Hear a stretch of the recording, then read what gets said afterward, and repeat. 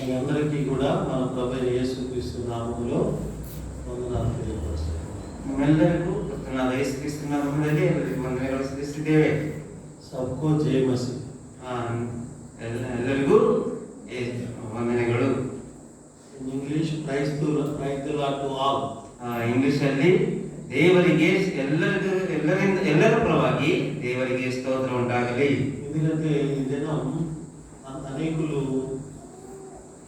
సంతోషించడానికి బదులు దేవాలయానికి వెళ్ళి ఆ 7 మాటలను బట్టి యేసు ప్రభు శిలువలో పలికిన 7 మాటలను బట్టి ఏడుస్తూ ఉంటారు. ಈ ದಿನದಲ್ಲಿ ಬಹಳಷ್ಟು ಮಂದಿ ಜನರು ದೇವಾಲಯಕ್ಕೆ ಚರ್ಚ್ಗಳಿಗೆ ಹೋಗಿ ಯೇಸು ಕ್ರಿಸ್ತನ ಶಿಲುಬೆಯಲ್ಲಿ ಹೇಳಿದಂತ 7 ಮಾತನ್ನು ಜ್ಞಾಪಕ ಮಾಡಿಕೊಂಡು ಅಳ್ತಾ ಇರ್ತಾರೆ. అయితే ఈ దినం మనం దుఃఖపడే దినం కాదు. ಆದರೆ ಈ ದಿನ ನಾವು ದುಃಖ ಪಡುವಂತ ದಿನವಲ್ಲ, బహుగా సంతోషించే దినం, ಬಹುವಾಗಿ ಸಂತೋಷ ಪಡುವಂತ ದಿನವು, బహుగా ఆనందించే దినం, ಬಹುವಾಗಿ ಆನಂದಿಸುವಂತ ದಿನವು, బహుగా ఉల్లసించే దినం, ಹೆಚ್ಚಾಗಿ ಉಲ್ಲಾಸ ಹೊಂದುವಂತ ದಿನವು. ఎందును బట్టి ಯಾಕೆ మనం కొన్ని మాటలు చూసుకున్నాం. ಅದರ ಬಗ್ಗೆ ನಾವು ಕೆಲವೊಂದು ಮಾತುಗಳನ್ನು ನೋಡ್ಕೊಳ್ಳುವ. ప్రవక్త యెషయా రాసిన గ్రంథం ಯೆಶಯಾ ಗ್ರಂಥ 53వ అధ్యాయం 53ನೇ ಅಧ್ಯಾಯ 7వ వచనం 7ನೇ ವಚನ అందరం కలిసి చదువుకుందాం. ಎಲ್ಲರೂ ಕೂಡಿ ಓದ್ಕೊಳ್ಳೋಣ.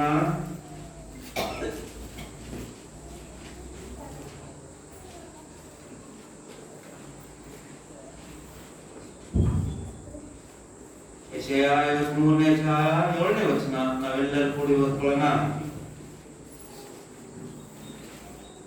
అతడు ಅವನು ಬಾಲಿಕೆಗಳಿಗಾಗಿ ತನ್ನನ್ನು ತಗ್ಗಿಸಿಕೊಂಡು ಬಾಧಿಸಲ್ಪಟ್ಟ ಬಾಯಿ ತೆರೆಯಲಿಲ್ಲ. ವ್ಯವಸ್ಥಿತವಾಗಿ ಏರ್ಪಡುವ ವಿಪರೀತೆಯು ಮುನ್ನೆ ಕತ್ತರಿಸುವವರ ಮುಂದೆ మౌనముగా నుండునట్లు ಮೌನವಾಗಿರುವ ಕುರಿಯು ಹಾಗೆ ಇದ್ದನು, ಬಾಯಿ ತೆರೆಯಲೇ ಇಲ್ಲ.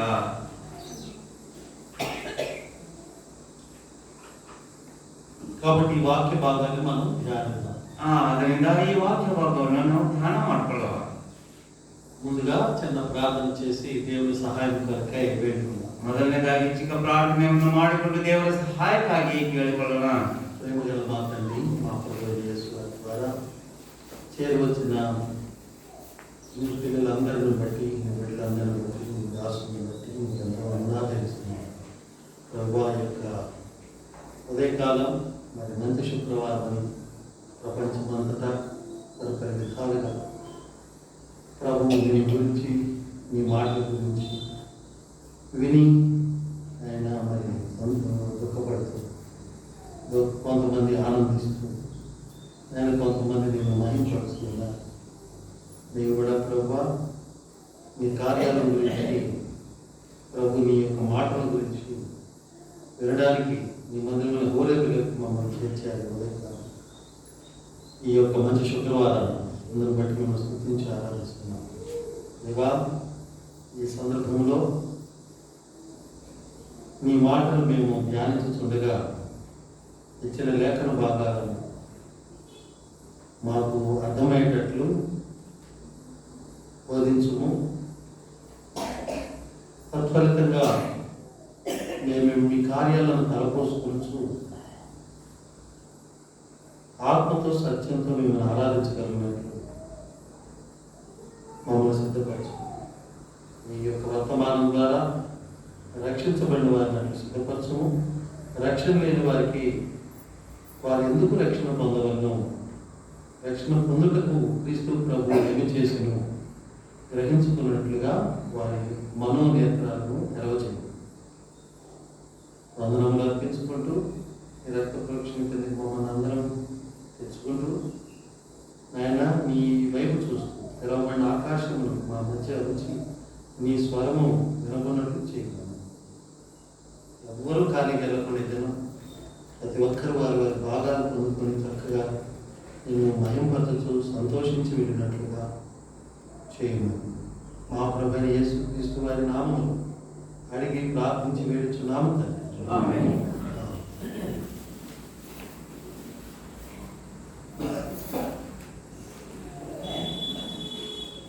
చాలా మంది ఈ దినం ప్రభువైన యేసుక్రీస్తు వారు పలికిన 7 మాటల గురించి వినటానికి వస్తుంటారు. ಬಹಳಷ್ಟು ಜನ ಈ ದಿನ ಯೇಸು ಕ್ರಿಸ್ತನವರು ಮಾತನಾಡಿದಂತ 7 ಮಾತುಗಳ ಬಗ್ಗೆ ಧ್ಯಾನಿಸಿಕೊಳ್ತಾರೆ. మీరు కూడా అలా కూర్చుంటే మాకు సంతోషమే. ನೀವು ಕೂಡ ಆ ರೀತಿಯಾಗಿ ಬಂದಿದ್ರೆ ನಮಗೆ ತುಂಬಾ ಸಂತೋಷ. అవి చెప్పకుండా అయితే మేము పూర్తిగా గాస్పలే చెప్పము. ನಾವು ಹೇಳದೆ ನಾವು ಸ್ವಾರ್ಥವನ್ನು ಸಂಪೂರ್ಣವಾಗಿ ಹೇಳೋದಿಲ್ಲ. 7 మాటలు కూడా మనం జ్ఞాపకం చేసుకుంటాము ఈ దినమంతట్లో కూడా. ప్రభు శిలువలో పలికిన 7 మాటలను కూడా ఈ దినమంతట్లో మనం జ్ఞాపకం చేసుకుంటూ వస్తాం. ದೇವರ ಸನ್ನಿಧಿಯಲ್ಲಿ ಯೇಸು ಕ್ರಿಸ್ತನವರು ಹೇಳಿದಂತ 7 ಮಾತುಗಳನ್ನು ನಾವು ಜ್ಞಾಪಕ ಮಾಡಿಕೊಳ್ತಾ ಬರ್ತೇವೆ. సమయంలో యెషయా 53:7 చదివాం మనం. ಈಗಿನ ಸಮಯದಲ್ಲಿ ಯೆಶಾಯ 53:7ನೇ ವಚನ ನಾವು ಓದಿದ್ದೇವೆ. ఇక్కడ ఒక మాట రిపీటెడ్ గా 2 సార్లు కనబడింది. ఒకే మాట. ಇಲ್ಲಿ ನಾವು ಒಂದೇ ಮಾತನ್ನು 2 ಸಾರಿ ಕಾಣುತ್ತೇವೆ. ఏంట మాట? ಏನದು? ఎవరు? అతడు నోరు తెరవలేదు. ಆತನು ಮೌನವಾಗಿದ್ದನು, ಬಾಯಿ ತೆರೆಯಲೇ ಇಲ್ಲ. అతడు నోరు తెరవలేదు. ಆತನು ಬಾಯಿ ತೆರೆಯಲಿಲ್ಲ. బాధింపబడినను అతడు నోరు తెరవలేదు. బాధ పొందల్పట్టకు కూడా ఆతను బాయి తెరయలిಲ್ಲ. ఇది ఎవరిని గురించి ప్రవక్త అయిన యెషయా చెబుతున్నాడో మనం ఎరుగుదు. ಆ ಪ್ರವಾದಿ ಅಂತ ಯೆಶಾಯನು ಈ ಮಾತನ್ನು ಯಾರ ಬಗ್ಗೆ ಹೇಳ್ತಿದ್ದಾನೆ ನಮಗೆ ಗೊತ್ತಿದೆ. ప్రవక్త యెషయా రాబో మెస్సియా గురించి ప్రవచించడానికి దేవుడు అతనిని ఏర్పరచుకుని ఉన్నాడు దేవుని ప్రజల మధ్య. ಪ್ರವಾದಿಯಾದ ಯೆಶಾಯನು ಬರುವಂತ ಮೆಸ್ಸಿಯಾ ಬಗ್ಗೆ ಆತನು ಈ ಮಾತುಗಳನ್ನು ಹೇಳ್ತಿದ್ದಾನೆ. కాబట్టి క్రీస్తు అనబడ్డ మెస్సియా గురించి ఇతర ప్రవక్తల కంటే ఎక్కువగా ప్రవక్త యెషయా ప్రవచించడం, బోధించడం మనం ఆయన గ్రంథంలో విరివిగా చూడగలం. ಪ್ರವಾದಿಯಾದಂತ ಯೆಶಾಯನು ಇತರ ಪ್ರವಾದಿಗಳಿಂದ ಹೆಚ್ಚಾಗಿ ಆತನ ಬರುವಿಕೆಯ ಬಗ್ಗೆನೂ ಆತನ ಹೊಂದುವಂತ ವಿಷಯಗಳ ಬಗ್ಗೆನೂ ಹೆಚ್ಚಾಗಿ ಹೇಳುವಂತ ಪ್ರವಾದಿಯಾಗಿದ್ದನು. క్రీస్తు అనబడ్డ మెస్సియా గురించి, ఆయన పుట్టుక గురించి ఈయన మాత్రమే మొట్టమొదటిగా ప్రవచించాడు దేవుని ప్రజలకు. ಕ್ರಿಸ್ತನಾದಂತ ಮೆಸ್ಸಿಯಾದ ಜನ್ಮದ ಬಗ್ಗೆ ಮೊದಲನೆಯ ಪ್ರವಾದಿಯಾದಂತ ಯೆಶಾಯನು ಹೇಳ್ತಾ ಬಂದಿದ್ದಾನೆ. యెషయా గ్రంథం 7:14లో మనం ఎరుగుదాము. ఇదిగో కన్యక గర్భవతి కుమారుకను అతనికి ఇమ్మానుయేలను పేరు పెట్టింది. ಯೆಶಯಾ ಗ್ರಂಥ ಹೇಳ್ತೀವಿ ನೋಡ್ತೀವಿ. ಈಗ ಕನ್ಯಾಮರಿಯಳು ಒಬ್ಬ ಮಗುವನ್ನು ಹಡೆಯುವಳು, ಆತನಿಗೆ ಇಮ್ಮಾನುಯೇಲ್ ಎಂಬ ಹೆಸರನ್ನು ಇಡುವರು. అలాగే క్రీస్తు అనబడ్డ మెస్సియా యొక్క జననం తర్వాత ఆయన జీవితం కూడా ఎలా ఉంటుందో ఈ ప్రవక్త యెషయా అనే 9:6 సెలవిచ్చాడు. ಯೆಶಾಯ 9:6ರಲ್ಲಿ ಈ ಮೆಸ್ಸಿಯಾನು ಜನ್ಮ ಹೊಂದಿದ ನಂತರ ಯಾವ ರೀತಿ ಇರುತ್ತಾನೋ ಜೀವಿಸ್ತಾನೋ ಎಂಬ ಮಾತುಗಳನ್ನು ಕೂಡ ಅಲ್ಲಿ ಹೇಳಲ್ಪಟ್ಟಿದೆ.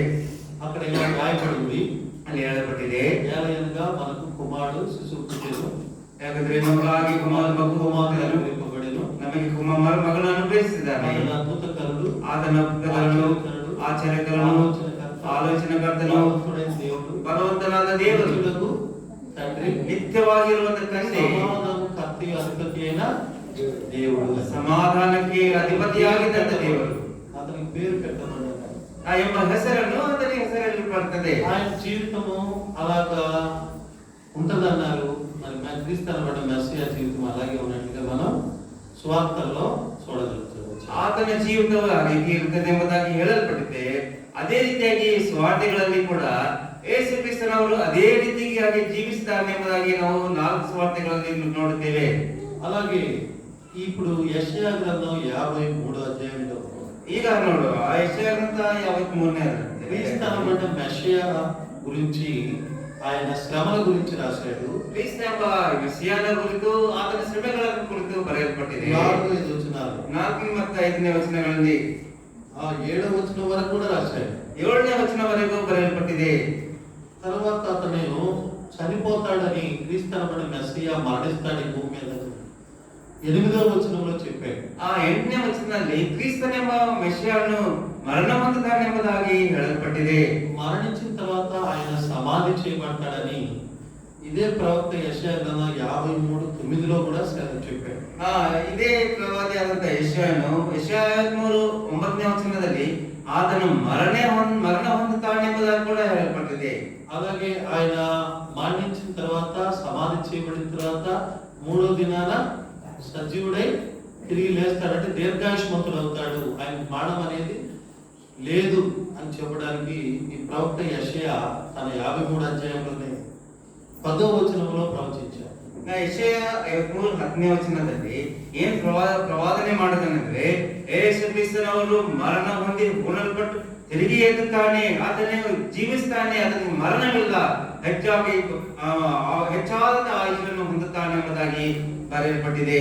అలాగే ఆయన పరలోకము నుండి భూలోకానికి మరలా వచ్చి 1000 ఏళ్ల పరిపాలన, నిత్యయుగ పరిపాలన, ఆ క్రీస్తు అనబడిన మెస్సయ భూమి మీద పరిపాలన చేస్తాడని మరి ఇతనే యెషయా గ్రంథం 65లోను అలాగే యెషయా గ్రంథం 11 అధ్యాయంలోను ప్రవచిస్తూ వచ్చారు. ಯೆಶಾಯ ಗ್ರಂಥ 11ನೇ ಅಧ್ಯಾಯ ಮತ್ತು ಯೆಶಾಯ ಗ್ರಂಥ 45ನೇ ವಚನದಲ್ಲಿ ಅಧ್ಯಾಯಗಳಲ್ಲಿ ಯೇಸು ಕ್ರಿಸ್ತನವರು 1000 ವರ್ಷದ ಆಳ್ವಿಕೆ ಕುರಿತು ಅಲ್ಲಿ ಬರೆಯಲ್ಪಟ್ಟಿದೆ. కాబట్టి దాదాపుగా మనకి అర్థమవుతుంది ఇప్పుడు ప్రవక్త ఆయన యెషయాని దేవుడు క్రీస్తు అనబడిన మెస్సియాను గురించి ఆయన జన్మ కానించి ఆయన జీవితం, ఆయన మరణం, ప్రభువారి సమాధి, ప్రభువారి పునరుద్ధానం, ప్రభువారు మరలా మరి మెస్సియాగా ఈ లోకానికి వచ్చి 1000 ఏళ్ల పరిపాలన తన రాజ్యం చేయడం, మరి ఆ టైంలో ఉండే పరిపాలన భాగం అంతా కూడా తననే ఎక్కువగా దేవుడు ప్రవచించినట్లు వాడుకున్నట్టు చూడగలుగుతుంది. ಈ ಯೆಶಾಯ ಪ್ರವಾದಿಯು ಯೇಸು ಕ್ರಿಸ್ತನವರ ಜನ್ಮದ ಕುರಿತು, ಆತನ ಮರಣದ ಕುರಿತು, ಆತನು ತಿರುಗಿ ಏಳುವಂತ ಕುರಿತು, ಮತ್ತೆ ಪರಲೋಕಕ್ಕೆ ಹೋಗುವಂತದ ಕುರಿತು, ಮತ್ತೆ ಆತನು ತಿರುಗಿ ಭೂಲೋಕಕ್ಕೆ ಬಂದು 1000 ವರ್ಷಗಳ ಆಳ್ವಿಕೆ ಬಗ್ಗೆ ಯೆಶಾಯನು ಹೆಚ್ಚಾಗಿ ಹೇಳಿದ್ದಾನೆ. మనంత గొప్ప మరి క్రీస్తు అనబడిన మెస్సియా గురించి ప్రవచించడానికి దేవుడు ప్రవక్తని యెషయాను వాడుకుంటుండగా అతను ఈ యెషయా 53:7లో ప్రవచించిన మాట చాలా మంది ఈ దినంలో ఈ సందర్భంలో ఆలోచించదగ్గ మాట. ಯೆಶಾಯನವರು ಹೇಳಿದಂತ ಮಾತುಗಳನ್ನು, ಆತನ ಮರಣದ ಬಗ್ಗೆ ಹೇಳಿದಂತ ಮಾತುಗಳನ್ನು ಯೆಶಾಯ ಗ್ರಂಥ 53:7ರಲ್ಲಿ ಆ ವಿಷಯಗಳನ್ನು ಧ್ಯಾನ ಮಾಡಿಕೊಳ್ಳಕ್ಕೆ ನಾವು ಬದ್ಧರಾಗಿದ್ದೇವೆ. ఆ మాట ఏమిటి అంటే యెషయా 53:7లో బాధింపబడను అతడు నోరు తెరవలేదు. ಯೆಶಾಯ 53:7ರಲ್ಲಿ ಆತನ ಹೇಳುವಂತ ಮಾತೇನೆಂದರೆ ತನಗೆ ಬಾಧೆ ಬಂದರೂ ಕೂಡ ತನ್ನ ಬಾಯಿ ತೆರೆಯಲೇ ಇಲ್ಲ. మరలా అదే వచనంలో కింద మాట కూడా అతడు నోరు తెరవలేదు. ಕೊನೆಯದಾಗಿ ಬಾಯಿ ತೆರೆಯಲೇ ಇಲ್ಲ ಎಂಬುದಾಗಿ ನೋಡ್ತೇವೆ. కాబట్టి ఒక వచనంలోనే 2 పర్యాయాలు ఒకే మాట రిపీటెడ్ గా వచ్చిన వచనం ఇది. ಒಂದೇ ಮಾತು 2 ಸಾರಿ ಬಂದಿರುವಂತ ఈ వచనం ఇది బైబిల్ గ్రంథంలో ఎప్పుడైనా కానీ ఎక్కడైనా కానీ మీరు గమనించండి 66 గ్రంథాల్లో ఒక మాట దేవుడు 2 సార్లు పలికాడంటే ఒక్కసారి పలికితేనే ఎంతో నమ్ముతాం, విశ్వసిస్తాం. అలాంటిది 2 సార్లు పలికాడంటే ఇంకెంతో మనం విశ్వసిస్తాం ఆ మాటని. అలాంటిది 3 సార్లు కూడా పలికినవి కూడా ఉన్నాయి. ఈ 66 గ్రంథాల్లో దేవుడు ఒకటే మాట అప్పుడు నిస్సందేహంగా నమ్మి విశ్వసిస్తాం. ಈಗ ನಾನು ಬೈಬಲ್ ಗ್ರಂಥದಲ್ಲಿ ಒಂದೇ ಸಾರಿ ಬರುವಂತ ಮಾತನ್ನು ನಾವು ವಿಶ್ವಾಸ ಪಡ್ತೇವೆ. ಆದರೆ 2 ಸಾರಿ ಒಂದೇ ಪದವನ್ನು ಉಚ್ಚರಿಸಿ ಹೇಳಿದಾಗ ಅದು ಇನ್ನೂ ಹೆಚ್ಚಾಗಿ ನಂಬಲ್ಪಡಬೇಕಾಗಿದೆ. ಇನ್ನು ಬೈಬಲ್ ಗ್ರಂಥ ನೋಡಿದರೆ ಒಂದೇ ಪದವನ್ನು 2 ಸಾರಿ 3 ಸಾರಿ ಕೂಡ ಹೇಳಿರುವಂತ ಮಾತುಗಳನ್ನು ನಾವು ಇಲ್ಲಿ ನೋಡ್ತೇವೆ. ఉదాహరణకు పాపి తన పాపము చేతనే అతను మరణమునందును అని మరి యెహెజ్కేలు 18లో రాయబడింది. ಯೆಹೆಜ್ಕೇಲ 18ರಲ್ಲಿ ಪಾಪಿ ಮರಣವನ್ನು ಪಾಪದಿಂದನೇ ಪಡೆಯುತ್ತಾನೆ ಎಂಬುದಾಗಿ ಬರೆಯಲ್ಪಟ್ಟಿದೆ. రోమ 6:23లో పాపం వల్ల వచ్చే జీతము కూడా మరణమే అని రాయబడింది. ರೋಮ 6:23ರಲ್ಲಿ ಕೂಡ ನೋಡ್ತೇವೆ ಪಾಪದಿಂದ ಬರುವಂತ ಸಂಬಳ ಮರಣ ಎಂಬುದಾಗಿ ನಾವು ನೋಡ್ತೇವೆ. కాబట్టి పాపం చేసిన వాడు మరణిస్తాడు అనే మాట సత్యము. మనం 2 సార్లు ఒకే మాట బైబిల్ గ్రంథంలో వ్రాయబడగా చూసి నమ్మి విశ్వసిస్తూ ఉన్నాను. ಆ ಒಂದೇ ಮಾತನ್ನು ಎರಡು ಸಾರಿ ಅಲ್ಲ ಮರಣ ಹೊಂದಿರುವ ಪಾಪ ಮಾಡುವವನು ಮರಣ ಹೊಂದುತ್ತಾನೆ ಎಂಬುದಾಗಿ ನಾವು ನೋಡಿ ಅದನ್ನು ತಿಳಿದುಕೊಂಡು ನಾವು ವಿಶ್ವಾಸವಿಡುತ್ತೇವೆ. అందుకని ఆ మరణం నుండి మన విడుదల పొందాలి, విమోచించబడాలి అని అన్నప్పుడు మనము ఆ పాప జీవితాన్ని వదులుకోవాలని మనం భయంతో నేర్చుకోగలుగుతూ వచ్చాం. ನಾವು ప్రభువుని ఆశ్రయించాం. ನಾವು ಕರ್ತನನ್ನು ಆಶ್ರಯಿಸಿದ್ದೇವೆ. ಯಾಕಂದರೆ ಪಾಪ ಜೀವಿತವನ್ನು ಬಿಟ್ಟು ಭಯದಿಂದ ಈ ಲೋಕದಲ್ಲಿ ನಡೆದುಕೊಳ್ಳಬೇಕೆಂಬುದಾಗಿ ನಾವು ತಿಳಿದುಕೊಂಡಿದ್ದೇವೆ.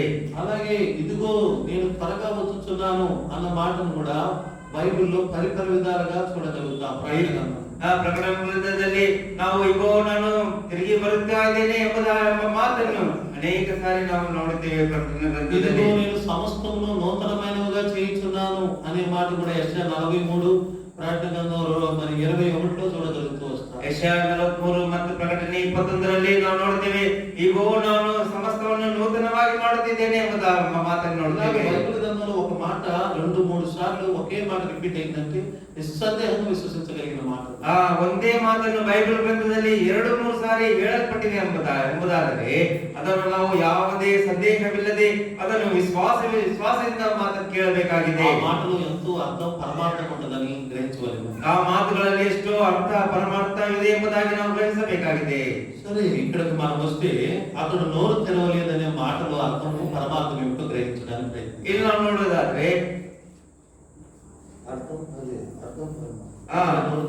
ನಾನು ಬಾಯಿ ತೆರೆಯಲಿಲ್ಲ ಎಂಬ ಮಾತಿಗೆ ಅದನ್ನು ಅರ್ಥ ಬಂದದ ಪರಮಾರ್ಥವನ್ನು ನಾವು ತಿಳಿದುಕೊಳ್ಳಬೇಕಾಗಿದೆ. వాస్తవానికి ఇది క్రీస్తునబడిన మెస్సయ్య లేక మన ప్రభువైన యేసుక్రీస్తు నోరు తెరిస్తే 3 గొప్ప కార్యాలు జరిగినట్టుగా చూడగలుగుతాం. ವಾಸ್ತವವಾಗಿ ನಾವು ನೋಡುವುದಾದರೆ ಕರ್ತನಾದ ಯೇಸು ಕ್ರಿಸ್ತನನ್ನು ಬಾಯಿ ತೆರೆದರೆ 3 ಮಾತುಗಳನ್ನು ನೆರವೇರಿದೆ ಎಂಬುದಾಗಿ ನಾವು ನೋಡ್ತೇವೆ. హెబ్రీ పత్రిక 1:3 చదవండి. హెబ్రీ 1:3 ಓದ್ರಿ ಯಾರಾದ್ರೆ.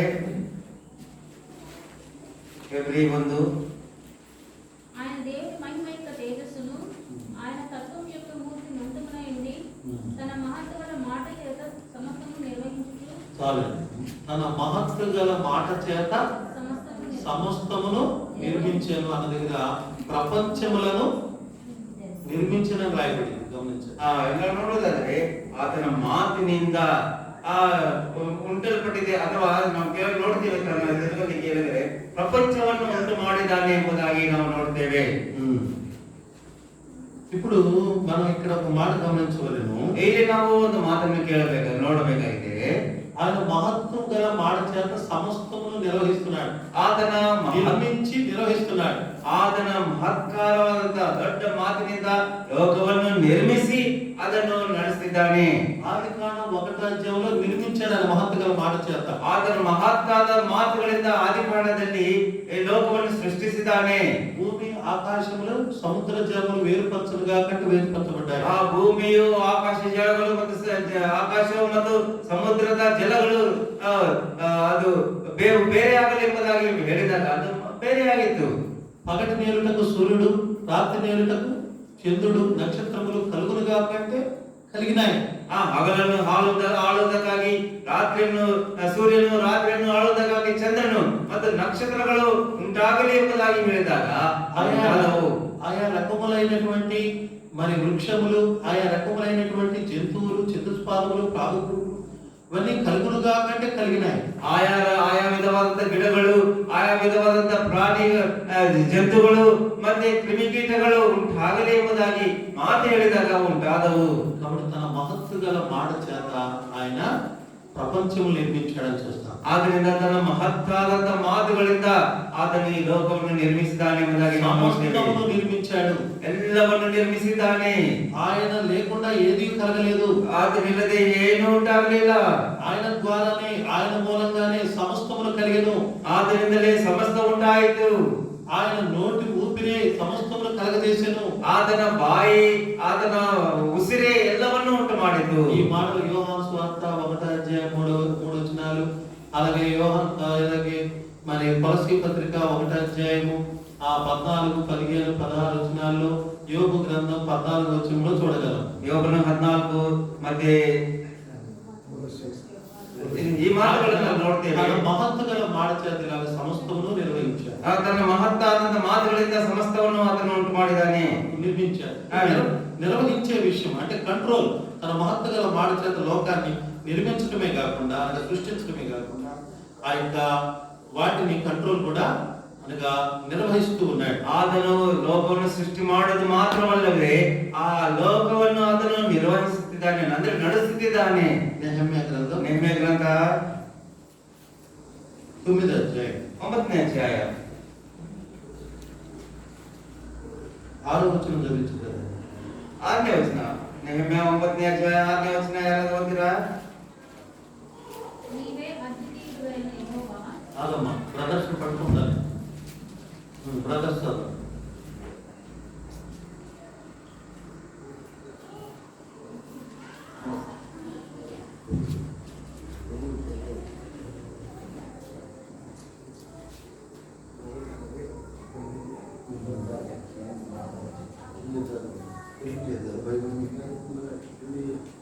నెహెమ్యా గ్రంథం 9:6. నీవే అద్వితీయుడు అయిన యెహోవా, నీవే ఆకాశమును మహాకాశమును వాటి సైన్యమును భూమి దానిలో ఉండినది అంతటిని సముద్రములను వాటిలో ఉండినది అంతటిని సృజించి వాటన్నిటిని కాపాడువాడు. ఆకాశము కాబట్టి ఆకాశ సైన్యం అంతా నీకే నమస్కారము చేస్తున్నది. సరే, ఆకాశ సైన్యం అంటే ఆ సూర్యచంద్ర నక్షత్రాలు కాదు, ఆ కోట్ల దేవతలు కూడా, ఆకాశం దూతలు కూడా. ಆತನ ಆಕಾಶ ಸಮೂಹ ಅಂದರೆ ಸೂರ್ಯಚಂದ್ರ ನಕ್ಷತ್ರಗಳು ಮಾತ್ರವಲ್ಲ, ದೇವದೂತರು ಕೂಡ ಎಂಬುದಾಗಿ ನಾವು ನೋಡ್ತೇವೆ. సరే, మరొక మాట కూడా చూద్దాం. ఆమోస గ్రంథం 5వ అధ్యాయం. ಇನ್ನೊಂದು ಮಾತನ್ನು ನೋಡ್ತೇವೆ, ನೋಡೋಣ. ಆಮೋಸ ಗ್ರಂಥ 5ನೇ ಅಧ್ಯಾಯ 8వ వచనం. 8ನೇ ವಚನ.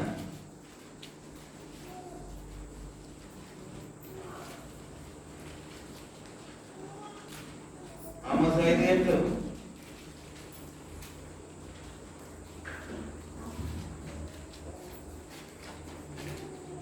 ఆయన సప్తఋషి నక్షత్రములను ఉన్నాడా బ్రదర్స్? ఎందుకంటే చెప్తున్నది నేను బైబిల్ స్టడీ నుంచి మేము పట్టుకున్నది. సిస్టర్స్ లో ఉద్యోగం ఉంది. సిస్టర్స్ బలపరచబడ్డారు. వాళ్ళు బలపరచబడి వాక్యాలు, అర్థాలు, అధ్యాయాలు అవకాశం పడుతున్నారు. కానీ బ్రదర్స్ నిమ్మలంగా ఉంటున్నారు. నిమ్మకాయ నీరెత్తినట్టుగా మన ఆంధ్రాలో మాట్లాడతారు. నిమ్మకాయ నీరెత్తిన కూడా అంతే కనపడుతున్నా లోపల నుంచే నీరు వస్తుంది కానీ కలవదు. అట్లా ఉన్నారు మా బ్రదర్స్. వాళ్ళ చేత వినిపించుకోవాలని నాలుగు మాటలు నాకు అది కాదని సిస్టర్. మా బ్రదర్స్ ప్లీజ్ స్టార్ట్. ఆయన సప్తఋషి నక్షత్రములను మృగశీర్ష నక్షత్రమును సృష్టించిన వాడు, కారు చీకటిని ఉదయంగా మార్చువాడు, పగటిని రాత్రి చీకటి వల్ల మార్చి చేయువాడు, సముద్ర జలములను పిలిచి అమాటకలం చేసుకోవాలి, వాటిని భూమి మీద పొర్లి పారజేయువాడు. అతని పేరు యెహోవా. చాలండి. ఇప్పుడు మనకు అర్థమవుతుంది. ఇది నಮಗೆ ಅರ್ಥ ಆಗ್ತದೆ. దేవుడు అనగా మన ప్రభువైన యేసుక్రీస్తు అను దేవుడు తన మహత్తు గల మాట చేత సమస్తమును నిర్మించి నిర్వహించగలిగిన వాడు. ನಮ್ಮ ಕರ್ತರಾದ ಯೇಸು ಕ್ರಿಸ್ತನವರು ಮಹತ್ತಾದ ಮಾತುಗಳಿಂದ ಸಮಸ್ತವನ್ನು ನಿರ್ಮಿಸಿ ಅದನ್ನು ನಡೆಸುವವನಾಗಿದ್ದಾನೆ. అంత సామర్థ్యం, అంత మహా సామర్థ్యం కలిగిన దేవుడు. ಅಂತ ಸಾಮರ್ಥ್ಯವು ಮಹಾ ಸಾಮರ್ಥ್ಯವುಳ್ಳ ದೇವರಾಗಿದ್ದಾನೆ. రెండవదిగా ಎರಡನೇದಾಗಿ మన ప్రభువుకు దేవుడు నోరు తెరిస్తే జరిగే రెండవ సంఘటన ఏంటంటే ನಮ್ಮ ಕರ್ತನಾದ ಯೇಸು ಕ್ರಿಸ್ತನವರು ಬಾಯಿ ತೆಗೆದಾಗ ನಡೆಯುವಂತ ಎರಡನೇ ವಿಷಯವೇನೆಂದ್ರೆ 8వ అధ్యాయం 26-27లో ಮತ್ತಾಯ ಸುವಾರ್ತೆ 8ನೇ ಅಧ್ಯಾಯ 26-27ರಲ್ಲಿ ఆ పడవ దగ్గర పడవ మీద ప్రభువు నుండి నోరు తెరిచి గాలిని దేనికి గద్దించాడు? గాలిని సముద్రంలో గద్దింపగా గాలిని తుఫాను గద్దించింది.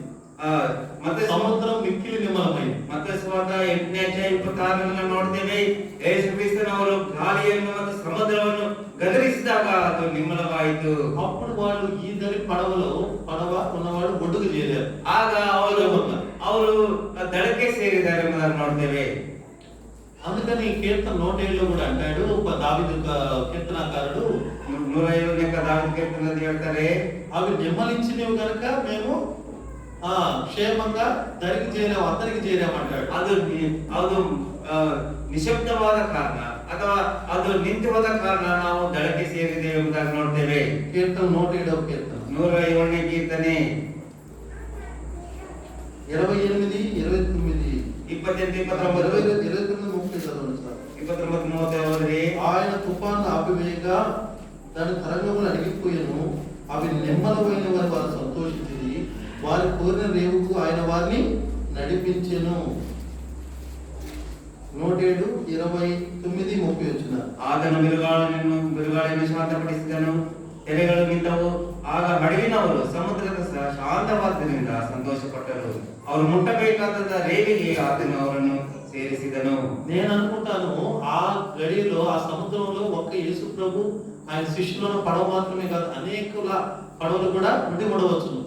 ಆ ಸಮಯದಲ್ಲಿ ಕೇವಲ ಯೇಸು ಕ್ರಿಸ್ತನವರು ಮತ್ತು ಆತನ ಶಿಷ್ಯರು ಇರುವಂತ ನಾವು ಮಾತ್ರ ಅಲ್ಲ, ಅನೇಕ ನಾವುಗಳು ಕೂಡ ಇದ್ದಾವೆ ಎಂಬುದಾಗಿ ನಾನು ಅನ್ಕೊಳ್ತೇನೆ. కాబట్టి ప్రభు అపనామలో ఉండి గాలిని తుఫాను గద్దించగా సముద్రం మిక్కిలి నిమ్మలమవడం చేత వారి క్షేమంగా అద్దరికి చేయడమే కాకుండా శిష్యుల పడవతో ప్రభువారు మిగతా పడవల్లో ఉన్న వారు కూడా క్షేమంగా పడవలు, ఓడలు, లాంచీలు ఎన్నో ఉంటాయి ఆ సందర్భంలో ఆ ప్రమాదంలో చిక్కుకొని. ಆಗ ಯೇಸು ಕ್ರಿಸ್ತನವರು ಈ ಸಮುದ್ರವನ್ನು ಗಾಳಿಯನ್ನು ಗದರಿಸಿದಾಗ ಅವರ ಕ್ಷೇಮವಾಗಿ ಅವರ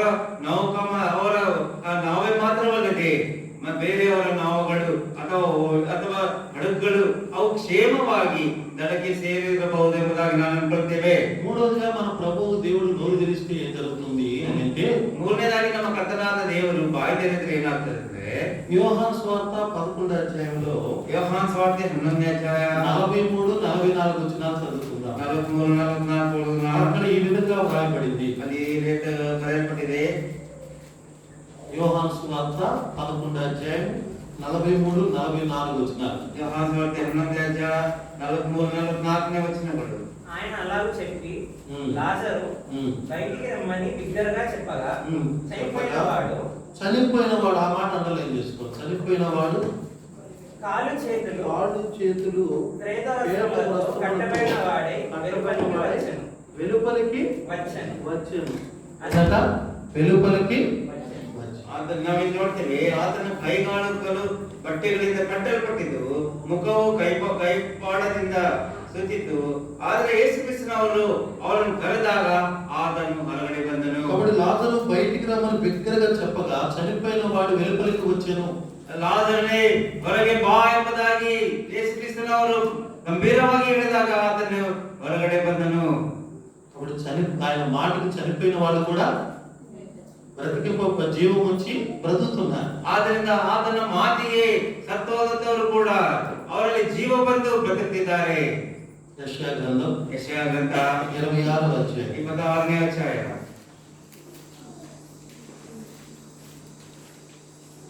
19వ వచనం. 19ನೇ వచన. మృతులైన నీ వారు బ్రతుకుదురు, నా వారి శవములు సజీవములను మండిలో పడి ఉన్న వారిలాగా మేల్కొని ఉత్సహించుడి. నీ మంచు ప్రకాశమానమైన మంచు భూమి తనలోని ప్రేతలను సజీవులను గాని. ఆయన మాట వింటే చాలు, ఆయన స్వరము వింటే చాలు. చనిపోయిన వాడు లాజరు బయటికి రమ్మనగానే 4 రోజులు కుళ్ళి సమాధిలో కుళ్ళిపోయాడు అనుకుంటున్న వ్యక్తి కూడా ఎట్లా వచ్చాడు? సజీవుడై బయటికి వెలుపలికి వచ్చాడు.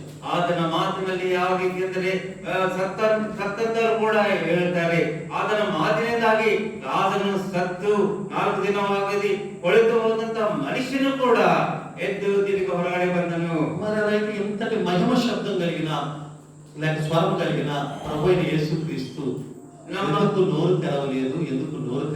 ಇಂಥ ಮಹಿಮೆಯುಳ್ಳಂತ ಯೇಸು ಕ್ರಿಸ್ತನವರು ಯಾಕೆ ತನ್ನ ಬಾಯಿ ತಗಳಿರಲಿಲ್ಲ? ఎవరి కొరకు నేను తెరవలేదు? ಯಾರಿಗಾಗಿ ಆತನ ಬಾಯಿ ತೆರೆಯಲಿಲ್ಲ? ఎవరు ఎదుట నోరు తెరవలేదు? ಯಾರ ಮುಂದೆ ಬಾಯಿ ತೆರೆಯಲಿಲ್ಲ? అది చూద్దాం రండి. ಅದನ್ನು ನೋಡೋಣ. మత్తయి సువార్త మొదటిగా ಮೊದಲನೇದಾಗಿ ಮತ್ತಾಯ ಸುವಾರ್ತೆ 26వ అధ్యాయం 26ನೇ ಅಧ್ಯಾಯ 60, 61, 62. 60, 61, 62. Matthew's Gospel, chapter 26 and verses from 60 to 62, please. ಮತ್ತಾಯ ಸುವಾರ್ತೆ 26ನೇ ಅಧ್ಯಾಯ 61, 62. అబద్ధ సాక్షులు అనేకులు వచ్చినను సాక్ష్యం ఏమీయో దొరకలేదు. తుదకు ఇద్దరు మనుషులు వచ్చి వీడు దేవాలయమును పడగొట్టి 3 దినములలో దాన్ని కట్టగలనని చెప్పిననిది. ప్రధాన యాజకుడు లేచి నీవు ఉత్తరం ఏమీయో చెప్పవా? వీరు నీ మీద పలుకుచున్న సాక్ష్యం ఏమని అడుగగా యేసు ఊరకున్నాడు. కాబట్టి అబద్ధ సాక్షి ఎదుట యేసు ఊరకుండేది. అబద్ధ సాక్షి ಹೇಳುವವರ ಮುಂದೆ ಕೂಡ యేసు క్రీస్తును సుಮ್ಮನೆ ಇದ್ದರು. రెండవదిగా ఎవరు ఎదుట ఆయన నోరు తెరవలేదు. ಎರಡನೇದಾಗಿ ಯಾರ ಮುಂದೆ ಆತನು ಬಾಯಿ ತೆರೆಯಲಿಲ್ಲ ಅಂತ ನೋಡೋಣ. 27 మత్తయి సువార్త, మత్తయి సువార్త 27, 12, 13 వచనాలు. 12, 13 వచనాలు. ప్రధాన యాజకులను పెద్దలను ఆయన మీద నేరం మోపినప్పుడు ఆయన ప్రత్యుత్తరం ఏమీయో ఇయ్యలేదు. కాబట్టి ప్రధాన యాజకులు పెద్దలు ఆయన మీద నేరములు మోపుచున్నప్పుడు ఆయన ప్రత్యుత్తరం ఏమీ. అప్పట్లో ప్రధాన యాజకుడు ఎవరు? కైప. అతని ఎదుట కూడా అతడు ఏమి పెద్దల ఎదుట నోరు ప్రత్యుత్తరము ఇవ్వలేదంటే అతను నోరు తెరవలేదు. ಇಲ್ಲಿ ನಾವು ನೋಡ್ತೇವೆ ಆ ದಿನಗಳಲ್ಲಿ ಕಾಯಪ್ಪ ಎಂಬ ಆತನು ಪ್ರಧಾನ ಯಾಜಕನಾಗಿದ್ದನು. ಮತ್ತೆ ಆತನು ಯಾಜಕರ ಮಧ್ಯದಲ್ಲಿಯೂ ಪ್ರಧಾನರ ಮಧ್ಯದಲ್ಲಿಯೂ ಆತನು ತನ್ನ ಬಾಯಿಯನ್ನು ತೆರೆಯಲಿಲ್ಲ. ఇప్పుడు 13వ వచనంలో గవర్నర్ పిలాతు. ಇವಾಗ 13ನೇ ವಚನದಲ್ಲಿ ನಾವು ನೋಡ್ತೇವೆ ಪಿಲಾತನು ಅಂದ್ರೆ ఆయన ఎదుట కూడా అతడు నోరు తెరవలేదు. చూడండి 13, 14. 13, 14ರಲ್ಲಿ ಆಗ ಪಿಲಾತನು ಅವರ ಮುಂದೆ ಸಾಕ್ಷಿಗಳನ್ನು ಹೇಳುತ್ತಾರೆ, ನೀವು ಕೇಳುವುದಿಲ್ಲವೋ ಎಂದು ಕೇಳಿದಾಗ ಆತನು ಒಂದು ಮಾತಿಗಾದರೂ ಉತ್ತರ ಕೊಡಲಿಲ್ಲ. కాబట్టి పిలాతు నీ మీద వీరెన్ని నేరములు మోపుతున్నారు, నీవు వినలేదా అని ఆయన అడిగారు. అయితే ఆయన ఒక మాటకైనా అతనికి ఉత్తరం ఇయ్యలేదు కనుక అది పెద్ద మిక్కిలి ఆశ్చర్యం.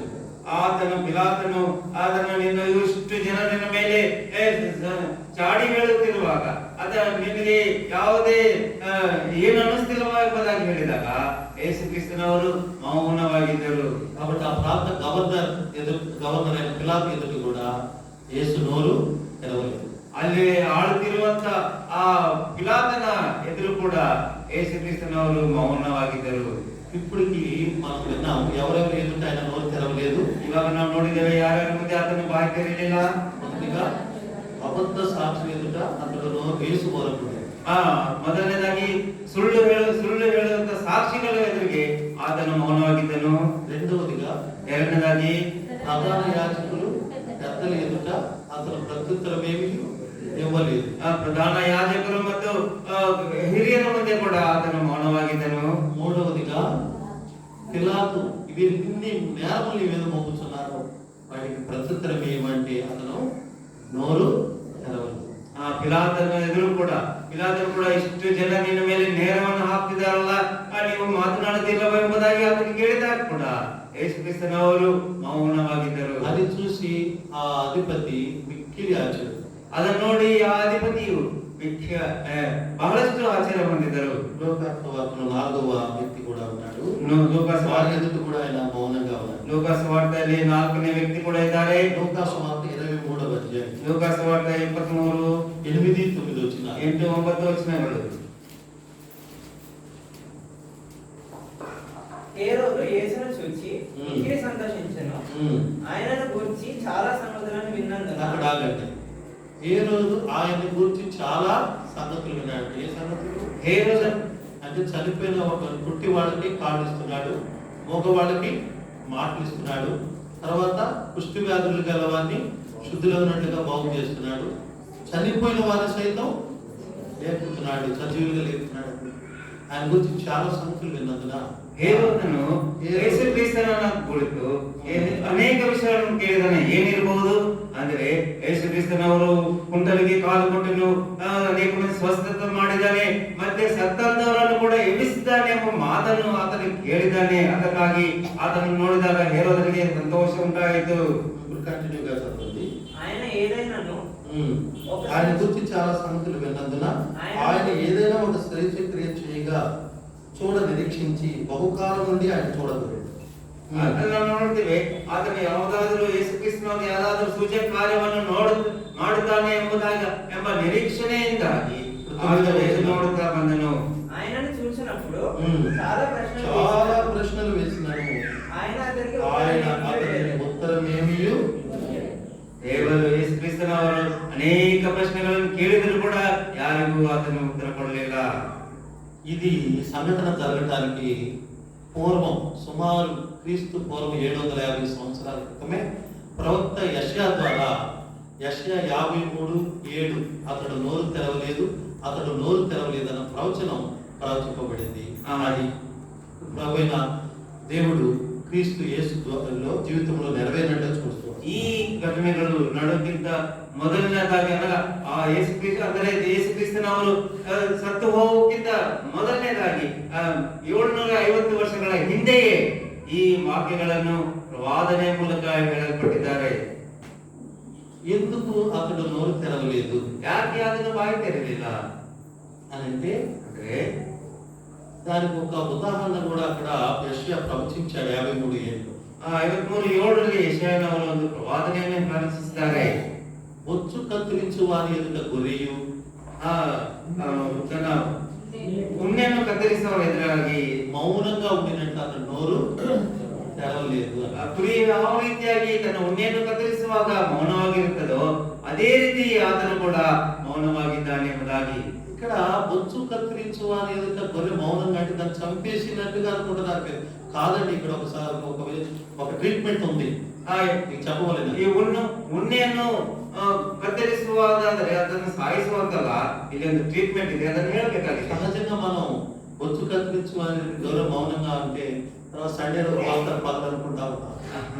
ಅನ್ಕೊಳ್ತೇವೆ ಯಾವಾಗ ಈ ಉಣ್ಣೆಯನ್ನು ಕತ್ತರಿಸುವಾಗ ಅದು ಮೌನವಾಗಿದೆ ಎಂಬುದಾಗಿ ಅನ್ಕೊಳ್ತೇವೆ. ನಾವೇನು ಅನ್ಕೊಳ್ತೇವೆ ಅಂದ್ರೆ ಅದರ ಕುತ್ತಿಗೆಯನ್ನು ಕೊಯ್ಯುವಂತದ್ದು ಅಂತ ನಾವು ಅನ್ಕೊಳ್ತೇವೆ. కాదండి, ఇస్రాయేల్ దేశంలో మిక్కిలి అలాగే ఇతర దేశాల్లో ఈ యొక్క గొర్రెలకి జుట్టు ఎక్కువగా పెరిగినప్పుడు అవి చుట్టూ బరువు చేత మందంగా నడుస్తూ ఉంటాయి కనుక ఎక్కడ పడితే అక్కడ పడిపోతాయి, దెబ్బలు తగిలి గాయాలు పడుతాయి, మానేస్తే కూడా కొన్నిసార్లు. అందుకని వాటికి సంబంధించి ఒక ట్రీట్మెంట్ స్టార్ట్ చేశారు. వాటికి సంబంధించి కొన్ని మనకి ఎట్లయితే సెలూన్ షాప్లో బార్బర్ షాప్లో సెలూన్ కత్తెరలు ఉన్నాయో అలాగే వాటికి ఒక మిషన్ ఉంది. వాటిని శాలలోకి తీసుకొచ్చి ఆ మిషన్తో బొచ్చు కత్తిరించిన తర్వాత అవి మళ్ళీ హుషారుగా గంతులు వేస్తూ మెట్టలెక్కగలుగుతాయి, ఒట్లెక్కగలుగుతాయి, ఎక్కడికైనా పరిగెత్తగలుగుతాయి. అదనమాట వాటికి జీవం ఆయుష్ అనేది పెరుగుతుంది. ಅದೇ ಇಸ್ರಾಯೇಲ್ ದೇಶದಲ್ಲಿ ಏನಾಗಿದೆ ಅಂದ್ರೆ ಅನೇಕ ಕುರಿಗಳು ಇರುವಾಗ ಅವುಗಳಿಗೆ ಉಣ್ಣೆ ಹೆಚ್ಚಾಗಿ ಅದರ ಭಾರದಿಂದ ಕೆಳಗಡೆ ಬಿದ್ದು ಅದಕ್ಕೆ ಗಾಯ ಉಂಟಾಗುತ್ತದೆ ಅಥವಾ ಕೆಲವೊಮ್ಮೆ ಸತ್ತು ಹೋಗ್ತಾರೆ ಕೂಡ. ಆದ್ರಿಂದ ಅಲ್ಲಿನ ಜನರು ಏನ್ ಮಾಡಿದ್ದಾರೆ ಅಂದ್ರೆ ಅದರ ಉಣ್ಣೆಯನ್ನು ತೆಗಿತಾರೆ. ತೆಗೆದ ನಂತರ ಅದರ ಭಾರವನ್ನು ಕಡಿಮೆ ಮಾಡಿಕೊಂಡು ತಿರುಗಿ ಅದು ಸುಲಭವಾಗಿ ಗುಡ್ಡಗಳನ್ನು ಹತ್ತಲಿಕ್ಕೆ ಹತ್ತದೆ.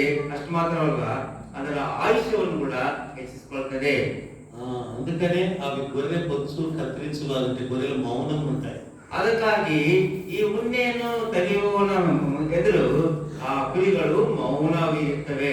ఎందుకంటే వాటికి బొచ్చు కత్తిరించి ఇంకా ఆయుష్ అనేది జీవితం అనేది ఇవ్వబడుతుంది అని. ಯಾಕಂದ್ರೆ ಅದರ ಉಣ್ಣೆಯನ್ನು ಕತ್ತರಿಸಿ ಅದರ ಆಯುಷ್ಯನ್ನು ಹೆಚ್ಚಿಸುತ್ತಾರೆ. ಅದಕ್ಕಾಗಿ అందుకని క్రీస్తు ప్రభు మానవం పొందిన తర్వాత ఆయన మరలా సజీవుడై దీర్ఘాయుష్మంతుడై తిరిగి లేస్తాడని ఆయనకి తెలుసు కనుక న్యాయంగా తీర్పు తీర్చు దేవుడికి తను తాను అప్పగించుకున్నట్టుగా 1 పేతురు 2:23 చూడగలం. ಮೊದಲ ಪೇತ್ರೆ 2:23 ನೋಡ್ತೇವೆ. ಆತನು ಗೊತ್ತಿದೆ ತಾನು ಮೌನವಾಗಿದ್ದು ಆತನು ಸತ್ತು ಹೋಗಿದ್ದರೂ ಕೂಡ ಮತ್ತೆ ಹೇಳ್ತಾನೆ ಎಂಬುದಾಗಿ ಆತನಿಗೆ ವಿಶ್ವಾಸ ಇತ್ತು. ಆದ್ದರಿಂದ ಆತನು ಮೌನವಾಗಿದ್ದಾನೆ. అందుకని అక్కడ యెషయా 53:10 చూస్తాం, అతడు దీర్ఘాయుష్మంతుడగునని మాట అక్కడ రాయబడినట్టుగా చూస్తాం. ಅದಕ್ಕಾಗಿ ಯೆಶಯಾ 53:10 ನಾವು ನೋಡ್ತೇವೆ, ಆತನಿಗೆ ದೀರ್ಘಾಯು ಉಂಟಾಯಿತು ಎಂಬುದಾಗಿ. ఇప్పుడు మనం మాట గమనించవలసింది ఏమిటి అంటే ಇಲ್ಲಿ ನಾವು ನೋಡ್ಬೇಕಾದ ಮಾತೇನೆಂದ್ರೆ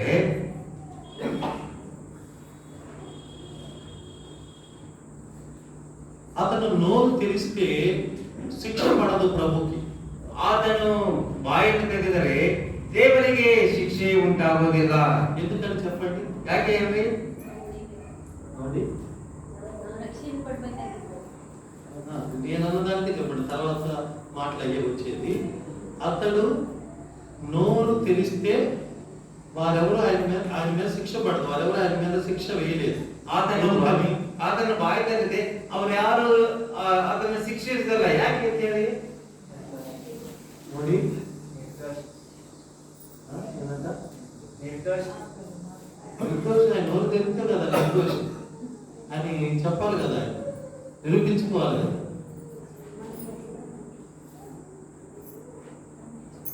అతడు నోరు తెరిస్తే బుద్ధి జ్ఞానముల సర్వ సంపదలు ఎవరిలో గుప్తమై ఉన్నాయి అంటే క్రీస్తులో గుప్తమై ఉన్నాయి. ఆతను కాబట్టి అతను ఆ జ్ఞానంతో ఈజీగా పడే శిక్ష నుంచి ప్రభు అయిన క్రీస్తు తప్పించుకోగలడు. ಆತನ ಬಾಯಲ್ಲಿ ಈ ಜ್ಞಾನ ಗುಪ್ತಗಳಿವೆ. ಆ ಮಾತುಗಳಿಂದ ಕರ್ತನವರು ಸುಲಭವಾಗಿ ಆ ಶಿಕ್ಷೆಯಿಂದ ತಪ್ಪಿಸಿಕೊಳ್ಳಬಹುದು. అతను మళ్ళీ క్రీస్తు ప్రభు జ్ఞానాన్ని గురించి రోమ 11:33-34 కూడా ఏం రాయబడింది? అతని బుద్ధి జ్ఞానుల బాహుల్యం ఎంతో గొప్పదన్నాడు. ಆ ರೋಮ 13ನೇ ಅಧ್ಯಾಯದಲ್ಲಿ ನೋಡ್ತೇವೆ ಆತನ ಬುದ್ಧಿ ಜ್ಞಾನಗಳು ಎಷ್ಟೋ ಉನ್ನತವಾದದ್ದು ಎಂಬುದಾಗಿ ನೋಡ್ತೇವೆ. కీర్తన 147 ఏం రాయబడింది? ఆయన జ్ఞానముకు మితి లేదని రాయబడింది. 143 ಕೀರ್ತನೆಯಲ್ಲಿ ನಾವು ನೋಡ್ತೇವೆ ಆತನ ಜ್ಞಾನಕ್ಕೆ ಊಹನೆ ಇಲ್ಲ ಎಂಬುದಾಗಿ. యోబు గ్రంథం 37 ఏం రాయబడింది? ఆయన జ్ఞానమును శోధింప అశక్యమని రాయబడింది. ఆయనకు ఆలోచన చెప్పగలిగిన వాళ్ళు ఎవరు, తిరిగి ఆలోచన చెప్పగలిగిన వారు ఎవరు లేదని రాయబడింది. ಯೋಬನ ಗ್ರಂಥದಲ್ಲಿ ನಾವು ನೋಡ್ತೇವೆ ಆತನ ಆಲೋಚನೆಗೆ ಯಾರು ಉತ್ತರ ಕೊಡಲಿಕ್ಕೆ ಆಗೋದಿಲ್ಲ ಎಂಬುದಾಗಿ ನಾವು ನೋಡ್ತೇವೆ. ఆయన చిన్ననాడే ఆ దేవాలయం దగ్గర లోకాసు వార్త 2వ అధ్యాయంలో ఆయన అడిగిన ప్రశ్నలకి ఎవరు తిరిగి జవాబు చెప్పలేకపోయారు కనుక అతని జ్ఞానాన్ని బట్టి మిక్కిలి ఆశ్చర్యపడారని పరిశీలిస్తారు. ಲೋಕಸ್ವಾರ್ತೆ ನೋಡ್ತೇವೆ ಯೇಸು ಕ್ರಿಸ್ತನನ್ನು ಬಾಲ್ಯದಲ್ಲಿ ಇರುವಾಗಲೇ ಆತನು ಮಾಡ್ತಾ ಮಾತುಗಳಿಗಾಗಿ ಎಲ್ಲರೂ ಆಶ್ಚರ್ಯ ಹೊಂದಿ ಆತನಿಗೆ ಯಾರು ಉತ್ತರ ಕೊಡಲಿಕ್ಕೆ ಆಗದೆ ಇರುವಂತಹ ವಿಷಯವನ್ನು ನೋಡ್ತೇವೆ. కానీ అతను మౌనంగా, అందుకనే అతను శిక్ష పడాలి, మరణించాలి. అది ఆ మరణించితేనే పాప మానవాళికి లో ఉన్న మనకి రక్షణ అని చెప్పి ఆయన మౌనంగా ఉన్నాడు. అతడు నోరు తెరవలేదు, అతడు నోరు తెరవలేదు. ಆತನ ಮೌನವಾಗಿರೋದ್ರಿಂದ ನಮಗೆ ಆತನಿಗೆ ಶಿಕ್ಷವಾಗುವುದರಿಂದ ನಮಗೆ ಕ್ಷಮಾಪಣೆ ಉಂಟಾಗುವುದು ಎಂಬುದಾಗಿ ಆತನು ತಿಳಿದು ತನ್ನ ಬಾಯನ್ನು ತೆರೆಯಲೇ ಇಲ್ಲ. కాబట్టి వాళ్ళు శిక్ష వేశారు, మరణ శిక్ష. ಆದ್ದರಿಂದ ಆತನಿಗೆ ಮರಣ ಶಿಕ್ಷೆಯನ್ನು ಹಾಕಿದ್ದಾರೆ. ఎందుకంటే రోమా ప్రభుత్వం వాళ్ళకి ఒక రూల్ ఉంది. ಯಾಕಂದ್ರೆ ರೋಮ ಪ್ರಭುತ್ವದಲ್ಲಿ ಒಂದು ರೂಲ್ ಇದೆ. అపోస్తలుల కార్యం 16వ అధ్యాయంలో ఆ రూల్ గురించి పౌలు అపోస్తలుడు చెప్తాడు.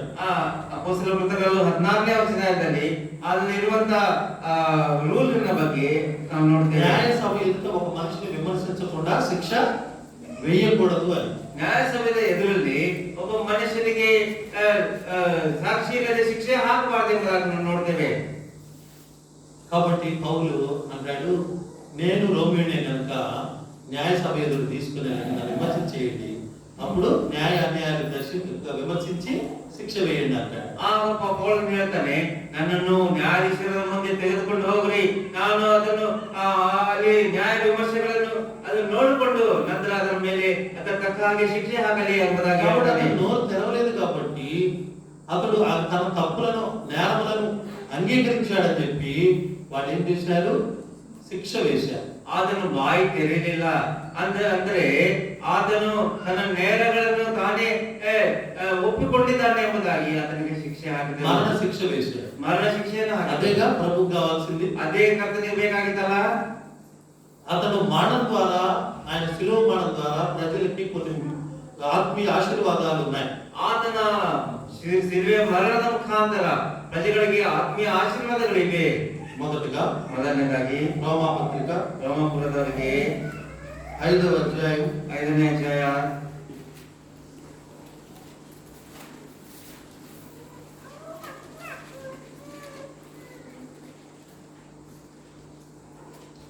18వ వచనం.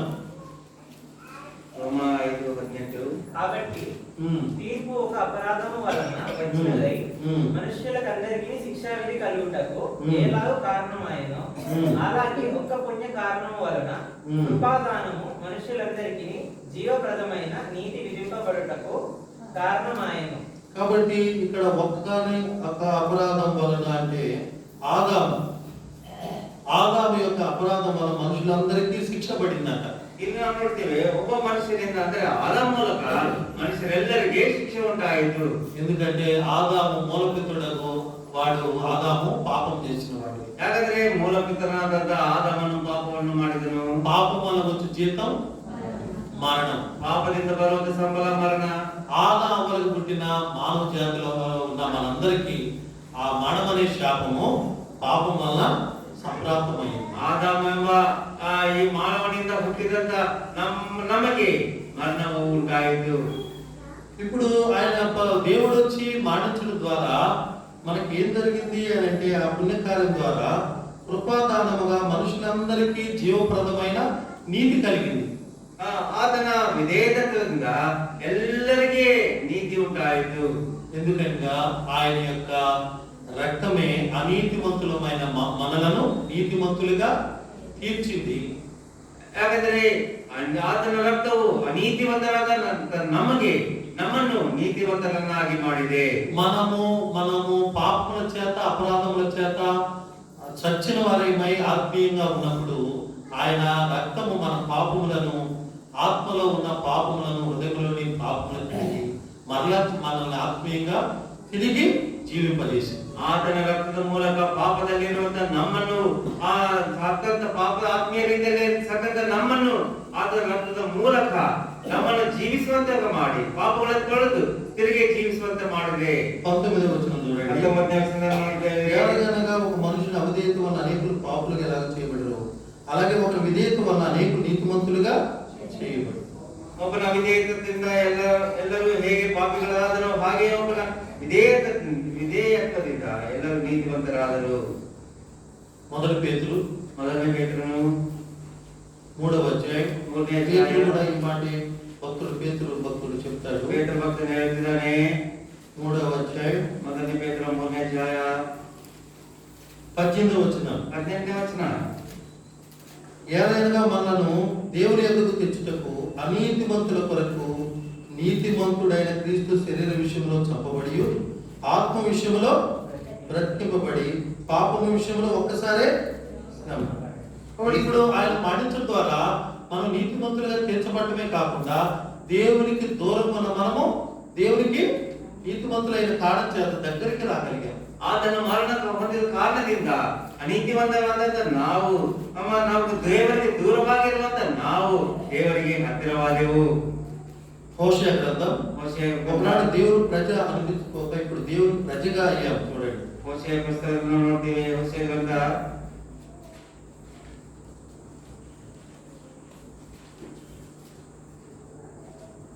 2వ అధ్యాయం 23వ వచనం. 2ನೇ అధ్యాయ 23ನೇ వచన.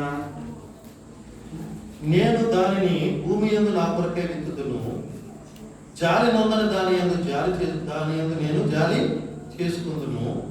నా జనము కాని వారితో మీరే నా జనమని వారు చెప్పగా వారు నీవే మా దేవుడు అని అందరూ ఇదే యెహోవా.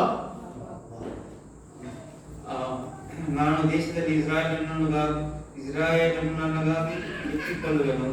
ಲೋರು ಹಾಮಾಳಿಗೆ ವಾತ್ಸಲ್ಯವನ್ನು ತೋರುವೆನು. ಲೋ, ನಮಗೆ ನೀನು ನನ್ನ ಪ್ರಜೆ ಎಂದು ಹೇಳುವುದು ಅವರು నన్ను ನನ್ನ దేవరే ಎಂದು భజిಸುವರು. కాబట్టి అనీతిమంతులమైన మనల్ని ఆయన మాటల ద్వారా ఆయన చిందించిన రక్తం ద్వారా మనల్ని మన పాపముల నుండి మనల్ని కడిగి మన హృదయాల్లో ఉన్న అంతరంగ పాపాలను కూడా కడిగి పరిశుద్ధపరిచి నీతిమంతులుగా తీర్చి దేవుని యొద్దకు తీసుకొని వచ్చి దేవుని ప్రజగా చేశాడు. దేవుని ప్రజగా చేశాడు. ಅನೀತಿವಾದಂತ ನಾವು, ಪಾಪಿಗಳಾದಂತ ನಾವು, ದೇವರಿಗೆ ದೂರಸ್ಥಿರುವಂತ ನಾವು, ದೇವರ ಮಕ್ಕಳಾಗದಂತ ನಾವು ಆತನ ಮರಣದಿಂದಾಗಿ ಅಥವಾ ರಕ್ತದಿಂದಾಗಿ ನಾವು ಆತನ ಪ್ರಜೆಗಳನ್ನಾಗಿ ತನ್ನ ಮಕ್ಕಳನ್ನಾಗಿ ಮಾಡಿಕೊಂಡಿದ್ದಾನೆ. మొదటి పేతురు ಮೊದಲನೇ ಪೇತ್ರನು 2:10 కూడా మాట చెప్తున్నాడు. 2:10 మాత్రం ಹೇಳ್ತಾನೆ. First Peter chapter 2:10. ఒకప్పుడు ప్రజగా ఉండగా ఇప్పుడు దేవుని ఇప్పుడు దేవుని ప్రజ అయితిరి. ఒకప్పుడు కనికరింపబడక ఇప్పుడు ಪ್ರಜೆಯಾಗಿರಲಿಲ್ಲ, ಈಗ ದೇವರ ಪ್ರಜೆಯಾಗಿದ್ದೀರಿ. ಮೊದಲು ವಾತ್ಸಲ್ಯ ಹೊಂದಲಿಲ್ಲ, ಇವಾಗ వాత్సల్య పొందుకోలాగితీరి చెప్పి ఇంకా ఏమంటున్నాడు? ఏర్పరచబడిన వంశమును, రాజులైన యాజక సమూహమును, పరిశుద్ధ జనమును, దేవుని సొత్తైన ప్రజలై ఉన్నారు. కాబట్టి ఈ విధంగా ఆయన శిలువ మరణం ద్వారా ప్రభువారు ఇంత ఆత్మీయ మేలు ఆయన మరణాన్ని విశ్వసించి మన పాపముల నిమిత్తమై ఆయన మరణించాడని, మన పాపముల పరిహారం నిమిత్తమై ఆయన ప్రాణము పెట్టి రక్తాన్ని చిందించాడని విశ్వసించిన మానవాళిలో ప్రతి ఒక్కరిని అనీతిమంతులైన వారిని నీతిమంతులుగా ఆయన రక్తంతో కడిగి తీర్చి దేవుని యొక్కకు తెచ్చి దేవుని ప్రజగా చేసి ఏర్పరచబడిన వంశంలో రాజులైన యాజక సమూహంలో దేవుని ప్రజగా, దేవుని సొత్తైన ప్రజలుగా, పరిశుద్ధ జనాంగంగా చేసుకోవచ్చు. ನಾವು ಪಾಪಿಗಳಂತ ನಾವು, ಅನೀತಿವಾದಂತ ನಾವು ಆತನ ರಕ್ತದ ಮೂಲಕ ಆತನನ್ನು ತನ್ನ ಹತ್ತಿರಕ್ಕೆ ತೆಗೆದುಕೊಂಡು ನಮ್ಮನ್ನು ಪ್ರೀತಿಸಿ ಆತನ ರಕ್ತದ ಮೂಲಕ ನಮ್ಮನ್ನು ತೊಳೆದು ಪರಿಶುದ್ಧರನ್ನಾಗಿ ಆತನನ್ನು ಮಾಡುತ್ತಾನೆ ಮತ್ತು ತನ್ನ ಮಕ್ಕಳನ್ನಾಗಿ ಆತನು ಮಾಡಿದ್ದಾನೆ. అలాగే ఆయన మరణం ద్వారా, ಹಾಗೆ ಆತನ ಮರಣದ ಮೂಲಕ మరొక సందర్భాన్ని చూద్దాం. ಇನ್ನೊಂದು ಸಂದರ್ಭದಲ್ಲಿ ನೋಡ್ತೇವೆ. రోమపత్రిక 5వ ಅಧ್ಯಾಯ. రోమపత్రిక 5ನೇ ಅಧ್ಯಾಯ.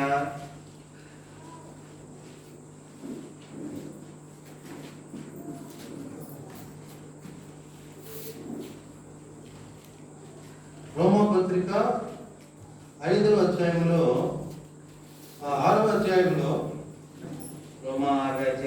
క్షమించండి 5వ అధ్యాయం 1వ వచనం. కాబట్టి విశ్వాసం మూలమున మనము నీతిమంతులంగా తీర్చబడి మన ప్రభువైన యేసుక్రీస్తు ద్వారా దేవునితో సమాధానం కలిగి ఉన్నాము. క్రీస్తు ప్రభువారి యొక్క శిలువ మరణం ద్వారా దేవునితో మనకి మానవ జాతికి ఏమో కలిగింది? సమాధానం కలిగింది. ಯೇಸುಕ್ರಿಸ್ತನವರ ಮರಣದಿಂದ ಈ ಮಾನವ ಜಾತಿಗೆ ನಮಗೆ ಆತನು ಜೀವವನ್ನು ಕೊಡುವಂತದಾಗಿದೆ. అలాగే క్రీస్తు ప్రభువు దేవుడు లేక దేవుని కుమారుడు లోకానికి వచ్చి మన నిమిత్తం ప్రాణం పెట్టకపోతే, మరణించకపోతే, ఆయన అమూల్యమైన పరిశుద్ధమైన రక్తాన్ని మన కొరకే ఇచ్చింది పాపము పరిహార నిమిత్తం చిందించకపోతే దేవునికి మానవునికి డిషం ಯೇಸುಕ್ರಿಸ್ತನವರು ಆತನ ಲೋಕಕ್ಕೆ ಬಂದು ಪಾಪಕ್ಕಾಗಿ ಆತನ ರಕ್ತವನ್ನು ಸುರಿಸದೇ ಇದ್ದರೆ ಮನುಷ್ಯನಿಗೂ ದೇವರಿಗೆ ಮತ್ತೆ ಜಗಳವಾಗ್ತಾ ಇತ್ತು. ಪಾವು ಮುಂಗೀಸಲಾಗ ಹಾವು ಮುಂಗೀಸಿನ ತರ. పాము ముంగీసు సమాధానం కూర్చుంటాయా లేకపోతే గొడవ పడుతుంటాయమ్మా? పాము ముంగీసు సమాధానం ఇస్తుందా ಅಥವಾ జಗಳ ಮಾಡ್ತಾ ಇರ್ತಾವ? అలా ఉండేది. ಹಾಗೆ ಇರುವಂತದ್ದು. ఎందుకంటే మానవుని పాపాన్ని బట్టి దేవుడు అతన్ని అరికాలు కొనుక్కొని నడినెత్తి వరకు గాయాలు, దెబ్బలు, పచ్చి పుండ్లుగా చేశాడు వారి పాపమును బట్టి. ಪಾಪದ ಕಾರಣದಿಂದ ಮನುಷ್ಯನಿಗೆ ಹುಣ್ಣುಗಳು ಉಂಟು ಮಾಡಿದರು. మన పాపం ద్వారా దేవునికి కోపాన్ని, ఉగ్రతను రేపిన మానవులం మనం. ನಮ್ಮ ಪಾಪದಿಂದ ದೇವರಿಗೆ ಉಗ್ರತೆ ಅಥವಾ ಕೋಪಕ್ಕೆ ನಾವು ಆತನ ಕೋಪಕ್ಕೆ ಗುರುವಾಗತ್ತೆ ಮಾಡಿ దేవుని ఉగ్రత కుమారులమయ్యాం. ದೇವರ ಉಗ್ರತೆಗೆ ಮಕ್ಕಳಾಗಿದ್ದೇವೆ. ఎఫెసీ 2:5లో రాయబడింది ఆయన ఉగ్రత కుమారులమని. ఎఫెసీ 2:5 ನೋಡಿದ್ರೆ ಆತನ ಉಗ್ರತೆಗೆ ನಾವು ಮಕ್ಕಳಾಗಿದ್ದೇವೆ.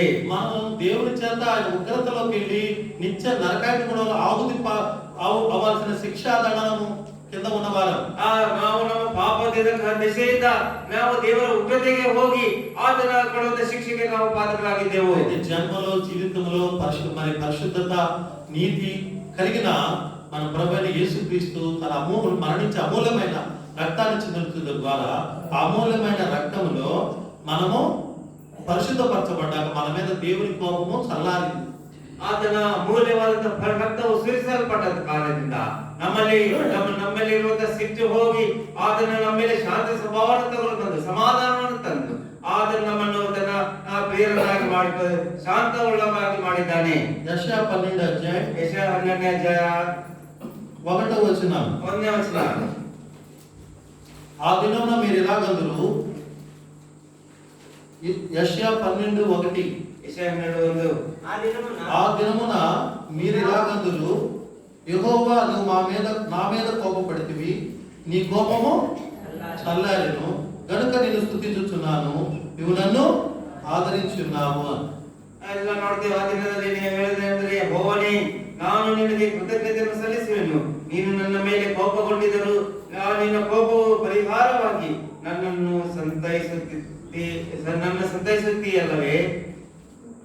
కాబట్టి భక్తుడైన యెషయా, ప్రవక్త అయిన యెషయా తాను సామాన్య మానవుడు ఉన్నప్పుడు లోకములో పాపములో జీవించి పాప పెదవులతో ఆయన మాట్లాడుతూ ఉన్న వ్యక్తిని దేవుడు ఏం చేశాడు?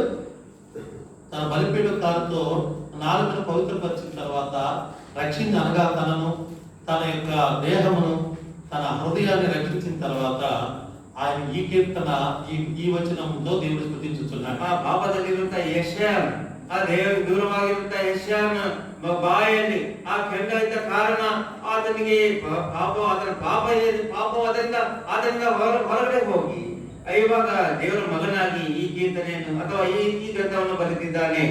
అందుకని మనం కూడా ಅದರಿಂದ ನಾವು ಕೂಡ ఈ విధంగానే దేవుని స్తుతించి ఆరాధించి మహిమపరచవలసిన వారు. ಇದೇ ರೀತಿಯಾಗಿ ನಾವು ದೇವರನ್ನು ಸ್ತುತಿಸಿ ಆರಾಧಿಸಬೇಕಾಗಿದೆ. అదే అంటాడు రోమాపత్రిక 5వ అధ్యాయంలో. ರೋಮಪತ್ರಿಕೆ 5ರಲ್ಲಿ ನಾವು ನೋಡ್ತೇವೆ. 6వ వచనం నుండి 11వ వచనాల వరకు చూస్తే 6ನೇ ವಚನದಿಂದ 11 ವರೆಗೆ ನೋಡೋದಾದ್ರೆ, మనం బలహీనమై ఉండగా, ನಾವು ಬಲಹೀನರಾಗಿದ್ದಾಗ, పాపులమై ఉండగా, ಪಾಪಿಗಳಾಗಿದ್ದಾಗ, భక్తిహీనులమై ఉండగా, ಭಕ್ತಿಹೀನರಾಗಿದ್ದಾಗ, క్రీస్తు ప్రభు ఈ లోకంలో మన కొరకు వచ్చి, ಈ ಲೋಕಕ್ಕೆ ಕ್ರಿಸ್ತನ ಲೋಕಕ್ಕೆ ಬಂದು, మన కొరకు వచ్చి, ನಮಗಾಗಿ ಬಂದು, మన కొరకు తన ప్రాణం పెట్టి, ನಮಗಾಗಿ ತನ್ನ ಪ್ರಾಣವನ್ನಿಟ್ಟು, తన యొక్క నీతివంతమైన రక్తాన్ని చిందించి,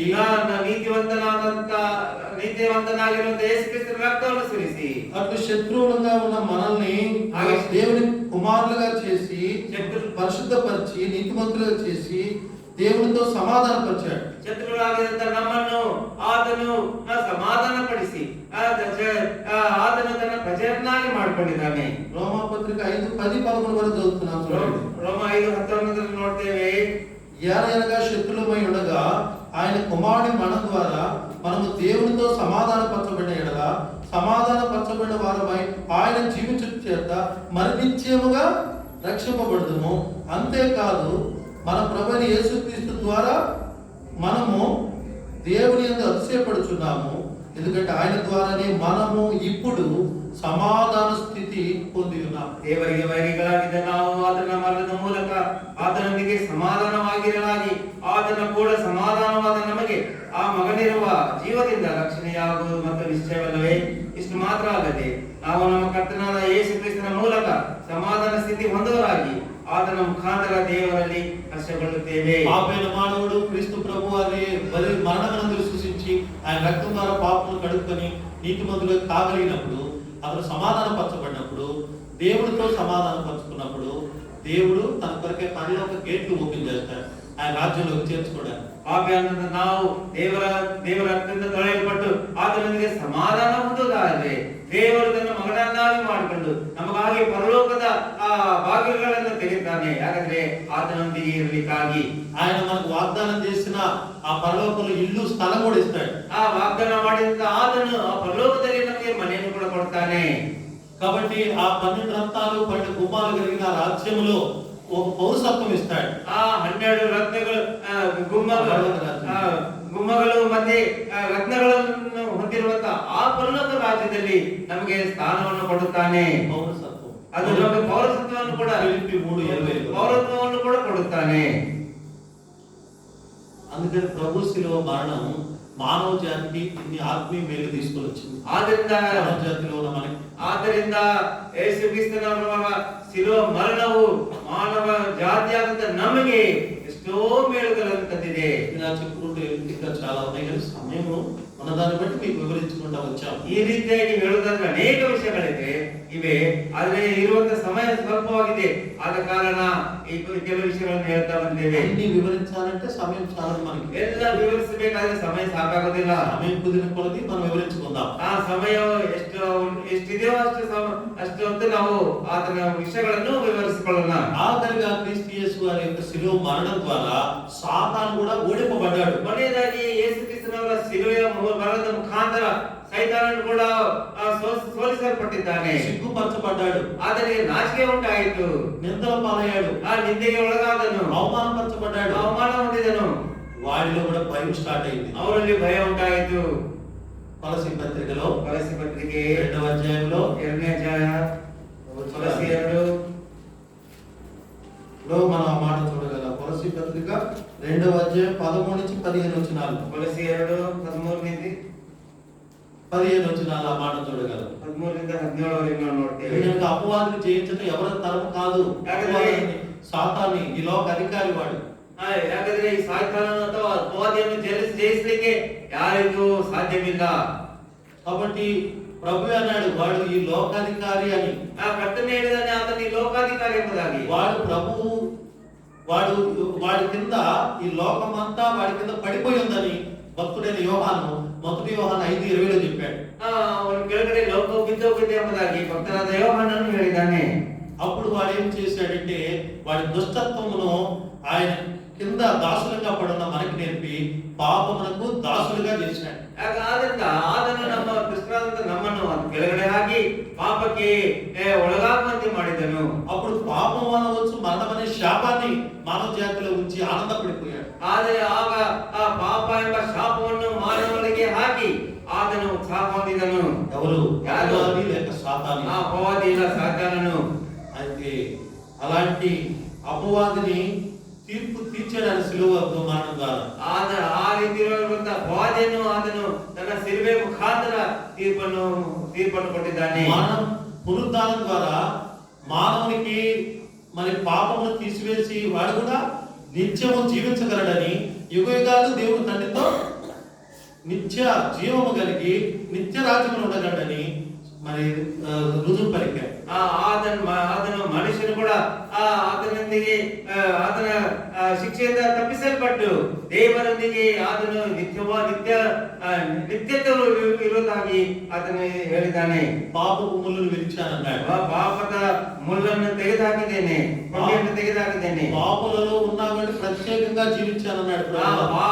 ಪಾಪಗಳ ಮಧ್ಯದಲ್ಲಿ ಇರದೆ ನಾನು ಪ್ರತ್ಯೇಕವಾಗಿ ಜೀವಿಸಿದ್ದೇನೆ. నిర్దోషి నిష్కల్మషుడు పాపులలో చేరక ప్రత్యేకంగా ఉండేవా? ಆ ನಿರ್ದೋಷನು ನಿಷ್ಕಲಂಕದವನು ಪಾಪಿಗಳೊಂದಿಗೆ ಜೀವಿಸದೆ ಆತನು ಪ್ರತ್ಯೇಕವಾಗಿದ್ದನು. నన్ను నమ్మిన విశ్వాసులు, నా రక్తంతో కడగబడిన వాళ్ళు కూడా నాలో జీవం వాళ్ళలో ప్రవహించి అలా ఉండగలరు. ಆ ವಿಶ್ವಾಸಿಗಳು ಆತನ ರಕ್ತದ ಮೂಲಕ ತೊಳೆಯಲ್ಪಟ್ಟವರು ಕೂಡ ಆ ರೀತಿಯಾಗಿ నేను జీవించుతున్నాను కాబట్టి వారు కూడా నీతి విషయంలో జీవించగలరు. ನಾನು ಜೀವಿಸ್ತಾ ಇದ್ದೇನೆ, ಆದ್ರಿಂದ ಅವರು ಕೂಡ ನೀತಿ ವಿಷಯದಲ್ಲಿ ಅವರು ಜೀವಿಸ್ತಾ ಇದ್ದಾರೆ. ఒక మాట చదువుకుని ఆరాధనలో ప్రవేశిద్దాం. ನನ್ನ ಮಾತನ್ನು ನೋಡಿಕೊಂಡು ಆರಾಧನೆಗೆ ಪ್ರವೇಶಿಸೋಣ. రోమాపత్రిక చదువుకుందాం. ಎಲ್ಲರೂ ಕೂಡಿ ಓದ್ಕೊಳ್ಳೋಣ. 6ನೇ ಅಧ್ಯಾಯ 10-11 వచనాలు. 10-11 ವಚನಗಳು. రోమాపత్రిక 6వ అధ్యాయం 10-11 వచనాలు. రోమ 6:10-11. ఏలైనగా ఆయన చనిపోడు చూడగా పాపము విషయమై ఒక్క మారే చనిపోయాను గాని ఆయన జీవించుడు చూడగా దేవుని విషయమై జీవించున్నాడు. అటువలే మీరును పాపం విషయమై మృతులుగాను దేవుని విషయమై క్రీస్తు యేసునందు సజీవులుగాను మిమ్మల్ని మీరే యోహాను సువార్త 14:20. యోహాను సువార్త 14:20. యోహాను సువార్త 14:19 వచనం. యోహాను సువార్త 14ನೇ అధ్యాయ 19ನೇ వచన.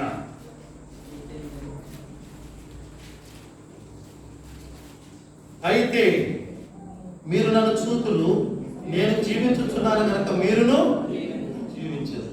ಆದರೆ ನೀವು ನನ್ನ ನೋಡುವಿರಿ, ನಾನು ಬದುಕುವುದರಿಂದ ನೀವುನು ಬದುಕುವಿರಿ. ప్రకటన గ్రంథం 20వ అధ్యాయంలో కూడా, ప్రకటన గ్రంథం 20ರಲ್ಲಿ ಕೂಡ 6వ వచనంలో 6ನೇ వచనದಲ್ಲಿ వారు క్రీస్తుకు యాజకులై, దేవునికి క్రీస్తుకు యాజకులై చెప్పండి. ನಾವು ದೇವರಾದ ಕ್ರಿಸ್ತನಿಗೆ ಯಾಜಕರಾಗಿ క్రీస్తు కూడా 1000 సంవత్సరములు రాజ్యము చేయుదురు. ಕ್ರಿಸ್ತನೊಂದಿಗೆ 1000 ವರ್ಷಗಳು ರಾಜ್ಯವನ್ನು ಆಳುವರು. అందుకని రాజులైన యాజక వంశములో మనల్ని ఉంచాడు. ಆದ್ದರಿಂದ ರಾಜನಾದ ಯಾಜಕ వంశದಲ್ಲಿ ನಮ್ಮನ್ನು ಇರಿಸಿದ್ದಾನೆ. కాబట్టి ఆయన శిలువ మరణం పొందాడని ఎడవకండి, ఆనందంగా ఉండండి, హ్యాపీగా ఉండండి. మనం న్యూ ఇయర్ లో చెప్పినట్టు happy happy happy new year అనేటట్టు ఇలాంటి దినం ప్రతిరోజు ఇచ్చాడు. ಆದ್ದರಿಂದ ಆತನ ಸಿಲುವೆಯನ್ನು, ಆತನ ಮರಣವನ್ನು ನಾವು ಧ್ಯಾನಿಸುವ ಮೂಲಕ ನಾವು ದುಃಖವಾಗಿರದೆ ಯಾವ ರೀತಿ ఆత్మ విషయాలు మానవ జీవితంలో మనకి తీసుకొని వచ్చాడు. ಹೊಸ ವರ್ಷದಲ್ಲಿ ಯಾವ ರೀತಿ ಆನಂದಿಸ್ತೇವೆ ಆ ರೀತಿಯಾಗಿ ನಾವು ಆನಂದಿಸಬೇಕು. ಮತ್ತು ಆತನ ಸಿಲುವೆಯ ಮರಣದ ಮುಖಾಂತರ ನಾವು ನಮಗೆ ಆನಂದವನ್ನು ಕೊಟ್ಟಿದ್ದಾನೆ. మరి మహాసమాజం దాని కృతజ్ఞతాస్తుతులు చెల్లించు బదులు ಆದ್ರಿಂದ ಮಹಾ ಸಮಾಜದ ಎದುರುಗಡೆಗೆ ನಾವು ಆತನನ್ನು ಸ್ತುತಿಸಲಿಕ್ಕೆ ಬದ್ಧರಾಗಿದ್ದೇವೆ.